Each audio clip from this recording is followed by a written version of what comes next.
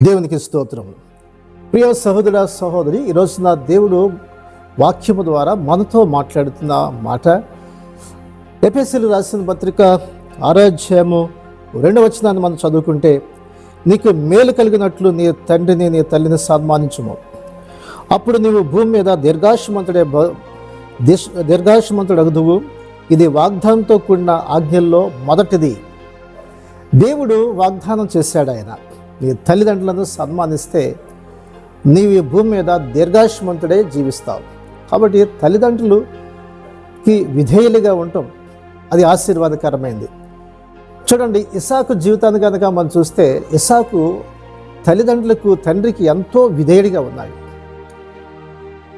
అబ్రహాముని దేవుడు తన ఒక్కడైన కుమారుని బలర్పించమని దేవుడు అడిగినప్పుడు, తను పరీక్షించినప్పుడు అబ్రహాము తన కుమారుడైన ఇస్సాకును తీసుకొని మోరియా పర్వతం మీద బలర్పించడానికి గాడిద గంతలు కట్టి తన కుమారుని తీసుకొని పనివారిని తీసుకొని బయలుదేరినప్పుడు, మరి ఇస్సాకి ఇంచుమించు 17 సంవత్సరాలు ఉండొచ్చు. 17 సంవత్సరాలు అలాగే 3 రోజుల వరకు ప్రయాణం చేసి ఆ యొక్క పర్వతం దగ్గరికి వచ్చినప్పుడు ఆ పనివారులను గాడిదలను అక్కడ విడిచిపెట్టి, మరి ఇస్సాకు అబ్రహాం మాత్రమే ఇద్దరు కలిసి ఆ కొండ పర్వతం మీద శిఖరానికి ఎక్కడం ప్రారంభించినారు. అప్పుడు కట్టెలుండి నిప్పు ఉంది, మరి బలిపశువేదని చెప్పేసి ఇస్సాకు అడుగుతున్నాడు. చూడండి, అబ్రహాం అప్పటికే ఆశీర్వదించబడి ఉన్నాడు. చాలా పనివారు ఉన్నారు, చాలామంది, మరి చాలా ఆస్తి ఉంది, చాలా పని వాళ్ళు ఉన్నారు. అయినప్పటికీ దేవుడు అర్పించమన్నప్పుడు తన కుమారుడైన ఇస్సాకుని వారిద్దరూ మాత్రమే బలర్పించడానికి ఆ పర్వతం మీదకి వెళ్ళడం జరిగింది. చూడండి, మరి ఇస్సాకు మరి ఆ కట్టెలు పట్టుకొని మరి నొప్పి పట్టుకున్నారు, ఆ కొండ మీదకి ఎక్కుతున్నారు. ఎంతోమంది పనులు ఉన్నారు కదా. సహజంగా ఆస్తిపరులైనటువంటి వారు ధనం ఉంటే బిడ్డల్ని ఒక్క పని కూడా చేయలేరు. సహజంగా ఏ పని కూడా చేయకోకుండా వాళ్ళు చాలా సున్నితంగా పెంచుతూ ఉంటారు. ఆ సున్నితంగా పెంచి వారికి ఏ పని కూడా అప్పచెప్పరు.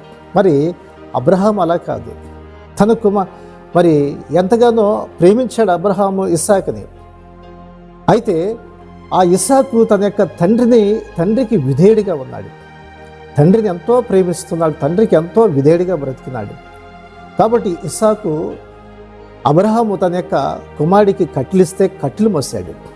మరి ఈ రోజున తల్లిదండ్రులు ఏదైనా పని అప్పచెప్తే మరి ఈరోజు వింటున్నావా? నీ యొక్క తల్లిదండ్రులకి మాట వింటున్నావా? ఇంట్లో ఉన్న పనులు మాత్రం నేను పట్టించుకోను, నా స్నేహితులతో నేను తిరుగుతాను, అవి నాకేమీ సంబంధం లేదు అనడానికి వీల్లేదు.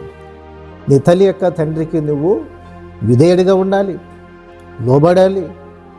ఎప్పుడైతే నీ తల్లిదండ్రుల మాట వింటావో అప్పుడు నీ యొక్క జీవితాన్ని దేవుడు ఆశీర్వాదకరంగా చేస్తాడు. తండ్రి చాలా ఆస్తిపరుడే, పనులు ఉన్నారు. అయినప్పటికీ తండ్రి తనకు అప్పచెప్తే కట్టెలు మయమంటూ మోసాడు. ఇద్దరు కలిసి పైకి ఎక్కుతున్నారు, పర్వతం మీదకి ఎక్కుతున్నారు. ఎక్కినప్పుడు తన తండ్రితో అడుగుతున్నాడు, నాయన కట్టెలుండి, నిప్పు ఉంది, కత్తి ఉంది, మరి బలి అర్పించాలిగా దేవునికి. అప్పుడు అబ్రహాం అన్నాడు, నాయన దేవుడే చూసుకుంటాడు అన్నాడు. వారిద్దరు కలిసి ఆ పర్వతం మీదకి ఎక్కారు. ఎక్కిన తర్వాత అక్కడ ఇద్దరు కలిసి అక్కడ బలిపీఠం రాళ్ళు పేర్చారు, అలాగే కట్టెలు పేర్చారు. క్రమంగా కట్టెలు పేర్చినారు. చూడండి, బలర్పించటము అనేది ఇస్సాకుకు తెలిసింది. ఎలా తెలిసింది? తండ్రి దేవునికి బలర్పిస్తాడని ఇస్సాకుకు తెలుసు.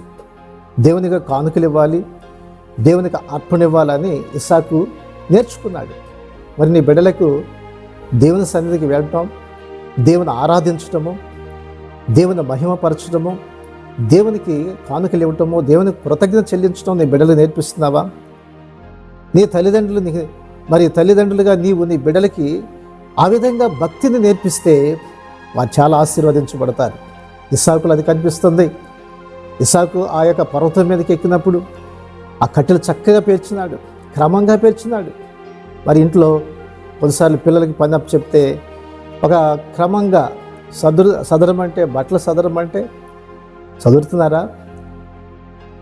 మరి వండుకున్న బెడ్డను తీసేసి సదిరొస్తున్నావా బయటికి? వేసిన ఫ్యాన్ తీయగలుగుతున్నావా? ఇంట్లో పనిలో తల్లిదండ్రులు సహకారంగా ఉంటున్నావా? నిజమైనటువంటి ఆత్మీయుడై కుమారుడిగా ఉంటే నీ తండ్రిని నీ తల్లిదండ్రులను సన్మానిస్తావు, గౌరవిస్తావు, సంతోషపరుస్తావు. అంతేకాకుండా వారి మాటలకి విధేయుడిగా ఉంటావు. ఇక్కడ చూస్తే రెండవదిగా చూస్తే దేవునికి బలి అర్పించేది ఎవరంటే ఇస్సాకునే.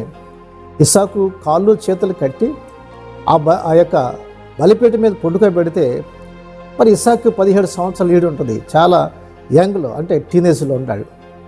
తండ్రిని ఒక తోపు తోసేయచ్చు. ఎందుకు ఇలా చేస్తున్నావు నన్ను? ఎందుకు నన్ను ఇలా కట్టేస్తున్నావు? ఎందుకు ఇలా నన్ను బంధించేస్తున్నావు అనే మాట ఒక్క మాట కూడా అనలేదు. కొన్నిసార్లు బిడ్డలు బయటికి వెళ్ళొద్దయ్యా, చెడు స్నేహాలు చేయొద్దు, ఇతరులతో స్నేహం చేయవాకు, చెడు స్నేహాలకు వెళ్ళవాకు అంటే నా ఇష్టం, నన్ను కట్టేయడానికి ఎవరు, నా యొక్కన్న స్వేచ్ఛను ఎందుకు నువ్వు హరించేస్తున్నావని వారు ఫ్రీడమ్ కోరుకుంటూ ఉండాలి. ప్రియ సహోదర సహోదరి, నీ తల్లిదండ్రులు నీకు టీనేజ్ వయసులో చెప్పే ప్రతి మాట నీకు మేలేది. నీకు వయసు వచ్చేంత వరకు కూడా తల్లిదండ్రులకు చాలా విధేయుడిగా నువ్వు జీవించాలి. ఎందుకంటే తెలుసో తెలియని వయసు టీనేజ్ పరిగెత్తా ఉంటుంది. ఏదైతే చేయకూడదు అది చేయాలనిపిస్తూ ఉంటుంది. ఎక్కడికి వెళ్ళకూడదు అక్కడికి వెళ్ళాలనిపిస్తుంది. ఇప్పుడు చేయకపోతే ఎప్పుడు చేస్తాం, ఇప్పుడు తిరగకపోతే ఎప్పుడు తిరుగుతాం అని అర్ధరాత్రుల దాకా తిరిగి వచ్చే కుర్రవాళ్ళు ఉన్నారు. అలాగే లేనిపోయినటువంటి అలవాట్లు నేర్చుకొని, లేనిపోయిన మరి అలవాట్లకి బానిసలైపోయి జీవితాన్ని పాడు చేసుకొని తల్లిదండ్రులకు దుఃఖాన్ని, వేదన కలిగించే వాళ్ళు ఉన్నారు. మరి అటువంటి పరిస్థితులు నీవు ఉండవా? ఈ రోజున ఉన్నారు అటువంటి వాళ్ళు. దేవునికి లోబడేటువంటి వారుగా, తల్లిదండ్రులకు విధేయులుగా కష్టపడి చదువుకోవటం, తన యొక్క తల్లిదండ్రులు ఎంతో శ్రమపడుతూ కష్టపడుతూ తినక సరైన వస్త్రాలు ఉండక లేక వాళ్ళకి ఉన్న దాంట్లోనే మరి బిడ్డలకి తీసుకొచ్చి పెడుతున్నారు. అలాంటి సమయంలో ఎంత విధేయుడిగా, ఎంత గౌరవంగా ఉండాలి. నీ తండ్రికి నీ తల్లికి అవమానం తీసుకొచ్చే వ్యక్తిగా ఉండకూడదు. గౌరవం తీసుకురావాలి నీ జీవితం ద్వారా. మంచి చదువుకొని మంచి ఉద్యోగం వస్తాడైతే మంచి పేరు వచ్చే తల్లిదండ్రులకు వస్తుంది. మంచి చక్కగా చదివించారండి, చక్కగా పొజిషన్లో ఉన్నాడంటే ఆ తల్లిదండ్రులు ఎలా పెంచారని అంటారు. పాడైపోయావనుకోండి, చెడిపోయావనుకోండి ఏమంటారు, ఎలా పెంచారో చూడండి, ఎలా పాడైపోయాడో చూడండి అని నేను చూసి నీ తల్లిదండ్రులకు అవమానం వస్తుంది. తల్లిదండ్రులకు అవమానం కలిగే జీవితాన్ని జీవించేవాడిగా ఉండడానికి వీల్లేదు. తల్లిదండ్రులకు సంతోషాన్ని ఇచ్చే వ్యక్తిగా నీవు ఉండాలి. అందుకనే ఇస్సాకు తండ్రికి లోబడ్డాడు, తండ్రికి లోబడ్డాడు కాబట్టినే అబ్రహాము బలర్పిస్తున్నప్పుడు ఒక్క మాట కూడా ఒక మాట అనలేదు. కత్తి ఎత్తినప్పుడు దేవుని స్వరం మీద పడింది అబ్రహాముకి, ఆ చిన్నవాడి మీద చేయొద్దు అన్నాడు. వెంటనే ఆ చిన్నవాడిని విడిపించి అక్కడ కొమ్ములు తగినట్టు యొక్క పొట్టేలు తీసుకొచ్చి దేవునికి అర్పించడం జరిగింది. ఇస్సాకు జీవితం చూస్తే నూరంతల ఫలించినాడు, నూరంతలుగా ఆశీర్వదించబడ్డాడు. ఇస్సాకు విధేయుడిగా తండ్రికి విధేయుడిగా బ్రతికినాడు.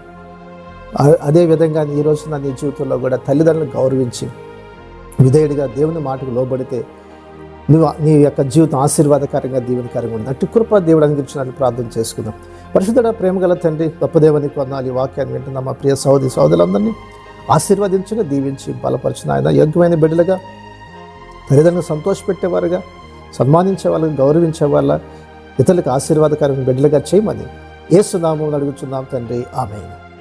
ఈ శ్రేష్టమైన సందేశం మీకు దీవెనకరంగా ఉంటే 10 మందికి షేర్ చేయండి, లైక్ చేయండి, మంచి కామెంట్ పెట్టండి.